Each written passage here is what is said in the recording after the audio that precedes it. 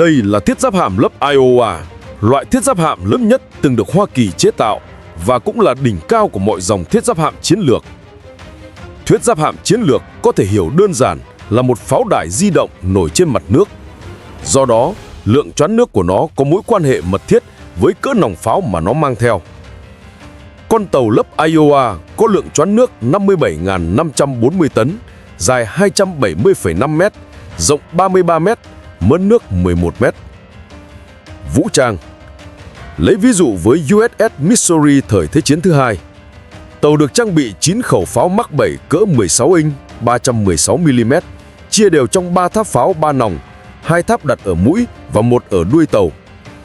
Tầm bắn tối đa 39 km.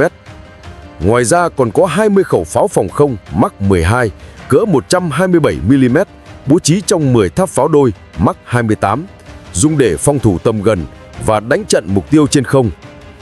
Tàu còn được trang bị 20 khẩu pháo phòng không 1,6 inch 40 mm, bố trí thành 4 nòng, cùng 49 khẩu súng máy phòng không 0,8 inch 20 mm. Đáng chú ý là hai bên thân tàu còn có 2 máy phóng thủy cơ, cho phép triển khai 3 thủy cơ trinh sát để phục vụ nhiệm vụ quan sát và trinh sát đường xa. Giáp bảo vệ. Giáp thân tàu dày 30,7 cm, giáp tháp pháo chính dày 18,4 đến 42,3 cm, giáp tháp chỉ huy dày 18,4 đến 44,4 cm, giáp bong tàu dày 15,3 đến 17,9 cm. Từ đây, tổng khối lượng giáp đạt tới 18.446 tấn. Động cơ. Hệ thống động lực của Iowa cực kỳ mạnh mẽ, gồm 8 nồi bơ và 4 tua bin hơi nước, tổng công suất hơn 212.000 mã lực, giúp con tàu đạt tốc độ tối đa trên 33 hải lý giờ, một con số ấn tượng. Để so sánh, ngay cả tàu sân bay hàng đầu hiện nay của Anh và Pháp cũng chỉ đạt khoảng 27 hải lý giờ. Với tốc độ cao, giáp dày và hỏa lực cực mạnh, không có gì lạ khi lớp Iowa được xem là thiết giáp hạm duy nhất trên thế giới từng áp đảo mọi đối thủ ngoại quốc.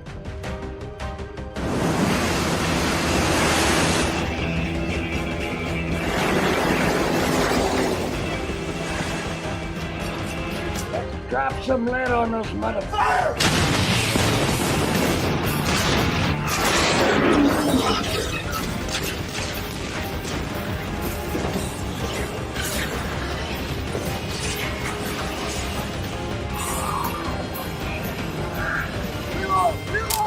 Nhưng cùng với sự phát triển không ngừng của tác chiến hải quân hiện đại, đến ngày nay, các thiết giáp hạm chiến lược đã bị loại bỏ hoàn toàn.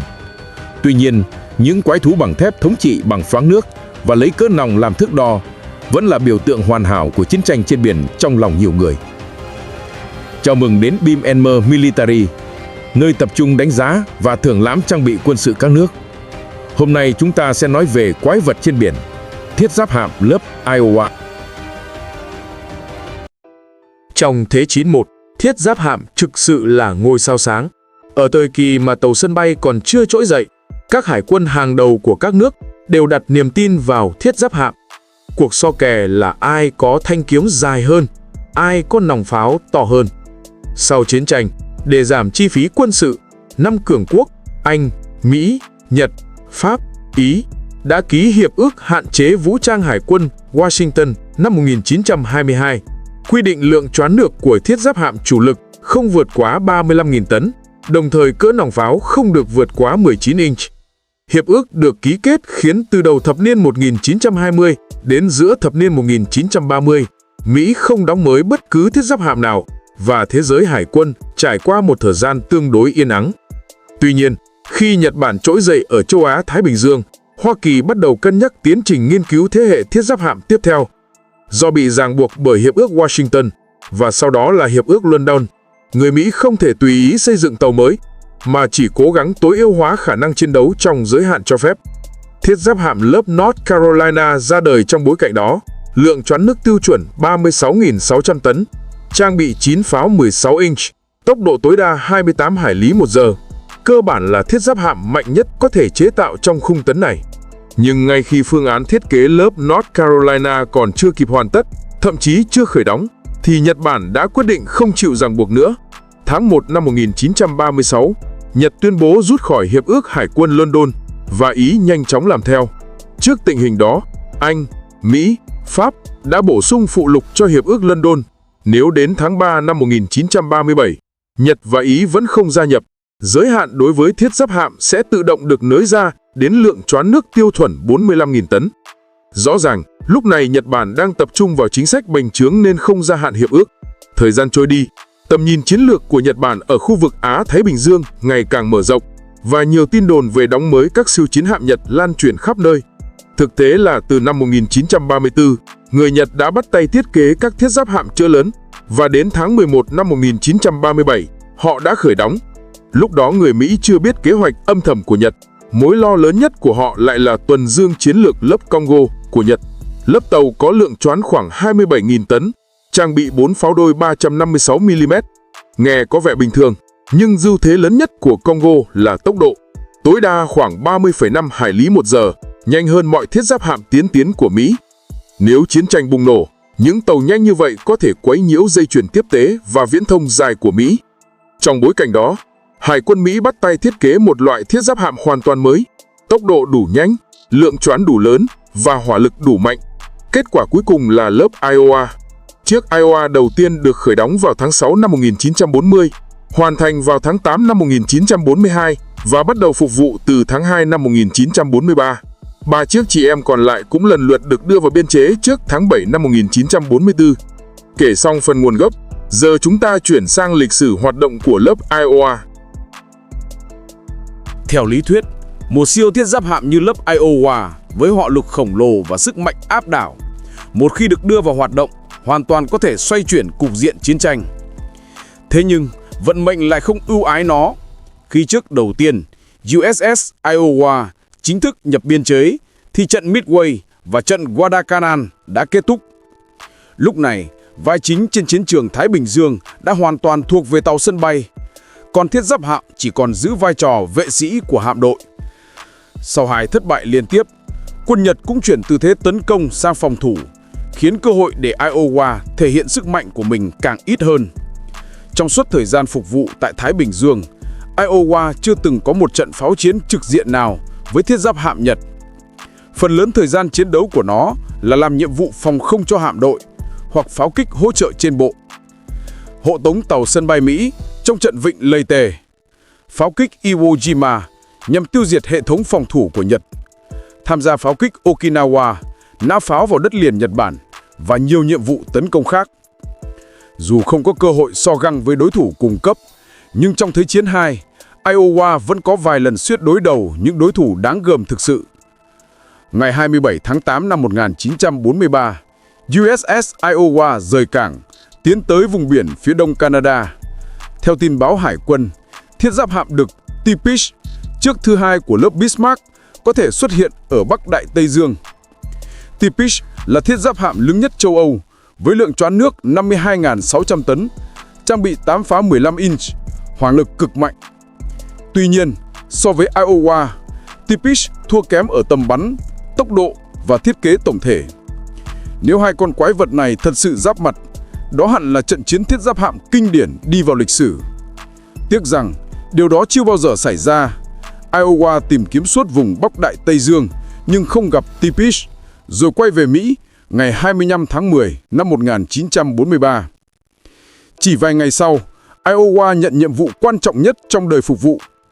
Hội tống Tổng thống Franklin D. Roosevelt vượt Đại Tây Dương đến Algeria tham dự hội nghị với các lãnh đạo đồng minh. Trên hành trình đó lại xảy ra một sự cố kinh hoàng, suýt khiến Tổng thống Mỹ thiệt mạng. Thủ phạm chính là khu trục hạm USS William D. Porter, thuộc hạm đội hộ tống Iowa. Trong một buổi diễn tập bắn ngư lôi, thủy thủ trên William D. Porter quên tháo kiếp nổ thật và vô tình bắn một quả ngư lôi thật thẳng về phía Iowa, nơi Roosevelt đang ở trên bong. Trong 5 phút hỗn loạn, thủy thủ đoàn cuống cuồng chạy khắp nơi, la hét và gửi tín hiệu cảnh báo. Nhưng vì quy định im lặng vô tuyến khi Tổng thống có mặt, họ không được phép gọi radio. Cuối cùng, họ phá lệnh, mở liên lạc vô tuyến khẩn cấp, cảnh báo Iowa đổi hướng ngay lập tức. Iowa quay gấp sang trái và quả ngư lôi nổ tung ngay trước mũi tàu, chỉ cách vài chục mét. Suýt nữa, tạo thành thảm họa lịch sử. Ngay sau vụ việc, để đề phòng khả năng ám sát, tất cả các khẩu pháo trên Iowa đồng loạt xoay nòng chĩa thẳng vào William D. Porter, sẵn sàng khai hỏa. Chiếc Porter sau đó bị áp giải đến Bermuda. Toàn bộ thủy thủ đoàn bị giam giữ và thẩm vấn. Đây là lần đầu tiên trong lịch sử Hải quân Hoa Kỳ một toàn bộ thủy thủ đoàn bị bắt giữ. Khi điều tra kết thúc, kết luận cho thấy đây chỉ là một tai nạn hoàn toàn vô ý. Tổng thống Roosevelt sau đó đã ra lệnh ân xá toàn bộ và sự cố được khép lại. Sau khi USS Iowa hoàn thành xuất sắc nhiệm vụ hộ tống Tổng thống Roosevelt, con tàu được điều động sang chiến trường Thái Bình Dương vào tháng 1 năm 1944, chính thức tham gia các chiến dịch chống Nhật. Đến tháng 10 năm 1944, Iowa được lệnh tiến về Philippines để hỗ trợ chiến dịch đổ bộ vịnh Leyte. Trong thời gian này, Đô đốc Ozawa Jisaburo của Nhật Bản đã dùng những tàu sân bay còn sống sót làm mồi nhử nhằm dụ hạm đội Mỹ, trong đó có Iowa, rời khỏi khu vực, tạo cơ hội giảm bớt áp lực phòng thủ cho quân Nhật tại Philippines. Iowa cùng với các chiến hạm của hạm đội 38 đã truy đuổi theo đội hình mồi nhử này. Và chính quyết định đó khiến Iowa bỏ lỡ cơ hội duy nhất có thể đối đầu với thiết giáp hạm Yamato. Yamato là thiết giáp hạm lớn nhất trong lịch sử nhân loại, với lượng choán nước đầy tải 72.810 tấn, trang bị 9 khẩu pháo 460mm và khối lượng giáp lên tới 22.895 tấn. Ngoại trừ tốc độ, Yamato vượt trội hoàn toàn so với Iowa ở mọi chỉ số, từ hỏa lực đến độ bền. Nếu hai con tàu này thật sự chạm trán trực diện, Yamato có lẽ sẽ chiếm ưu thế. Tuy nhiên, Iowa cũng có điểm mạnh riêng biệt, hệ thống điện tử và điều khiển hỏa lực cực kỳ tiên tiến vào thời điểm Thế chiến II. Con tàu được trang bị radar và hệ thống dẫn bắn hiện đại nhất thế giới lúc bấy giờ, giúp nó có thể tác chiến hiệu quả trong đêm tối hoặc điều kiện thời tiết xấu, điều mà Yamato hoàn toàn không có lợi thế. Vì thế, nếu hai siêu thiết giáp hạng này thật sự so găng, kết quả thắng bại còn phụ thuộc rất lớn vào yếu tố thời tiết và tầm nhìn. Đáng tiếc là, trong thực tế, trận chiến huyền thoại ấy chưa bao giờ xảy ra. Nhìn chung, trong suốt Thế chiến II, những con tàu này gần như không gặp phải thách thức thực sự nào. Cuộc chiến kết thúc quá nhanh, khi chúng còn chưa kịp ra oai trên chiến trường thì chiến tranh đã đi đến hồi kết. Ngày 29 tháng 8 năm 1945, USS Iowa cùng USS Missouri tiến vào vịnh Tokyo trong tư thế của lực lượng chiếm đóng hai siêu thiết giáp hạm sừng sững song hành trên mặt biển. Chỉ 5 ngày sau, vào ngày 2 tháng 9 năm 1945, đại diện Nhật Bản đã ký văn kiện đầu hàng vô điều kiện trên bong USS Missouri, chính thức đánh dấu hồi kết Thế chiến II. Các thủy thủ Mỹ phấn khích tràn ra khắp mọi ngóc ngách của tàu Missouri, chen chúc quanh bản ký kết, với kín 360 độ, chỉ để được tận mắt chứng kiến khoảnh khắc lịch sử vĩ đại ấy, khi cuộc chiến đẫm máu nhất trong lịch sử nhân loại cuối cùng cũng khép lại. Giờ đây, nó đã sẵn sàng được phục hồi, để cả thế giới có thể một lần nữa lắng nghe tiếng nói của Chúa.